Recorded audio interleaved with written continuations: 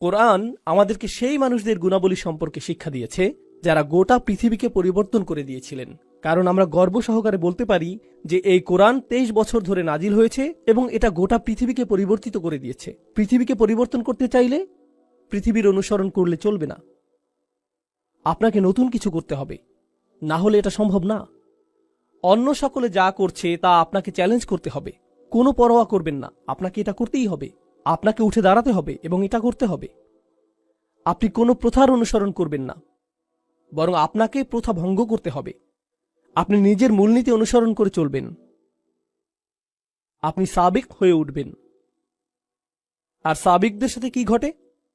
সেই মানুষগুলো যখন শুরু করে, সকলে তাদেরকে কি বলে? উন্মাদ। সকলে তাদেরকে প্রত্যাখ্যান করে। সকলে তাদের সন্তানদেরকে এদের ব্যাপারে সতর্ক করে, এই মানুষগুলোর অনুসরণ করো না। তারা এমন কিছু করে যা অন্য কেউ করে না। এরা অদ্ভুত, এরা আজব। আর সাবিকুনরা যখন এই সকল সমালোচনা, এই সকল আক্রমণ, প্রতিনিয়ত নিরুৎসাহিত করা মন্তব্য এবং বর্জনের শিকার হয়, তারা নিজেদের অনুপ্রেরণাকে প্রভাবিত হতে দেয় না।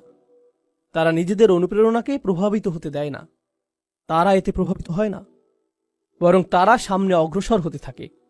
আর আল্লাহ এ ধরনের মানুষদের ক্ষেত্রে কি করেন? তিনি তাদেরকে পরীক্ষা করতে চান যে তারা কি আসলেই সাবিক হতে চায় নাকি অনুসারী হতে চায়। আর এক পর্যায়ে তারা সফল হন।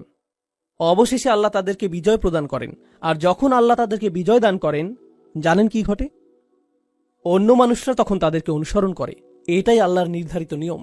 এটা শুধুমাত্র রাসূল সাল্লাল্লাহু আলাইহি ওয়াসাল্লামের সিরাতেই ঘটেনি, বরং এটা পৃথিবীতে সব সময়ই ঘটেছে। এটাই আল্লাহর নির্ধারিত নিয়ম। অদ্ভুত ধারণার অধিকারী এমন মানুষ রয়েছে।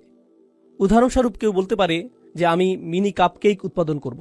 এটা শুনতে অদ্ভুত মনে হয়, কেউ তো এটা কিনবে না। আর তারপর তারা নিজেদের গ্যারেজে এই স্টুপিড কোম্পানি শুরু করে। আর তারপর এটা সর্ববৃহৎ কাপকেক কোম্পানিতে পরিণত হয়। এটা বিশাল আকার ধারণ করে। এরপর সকলে তাদেরকে অনুসরণ করতে চায় এবং তাদের ধারণার পুনরাবৃত্তি করতে চায়। কেন?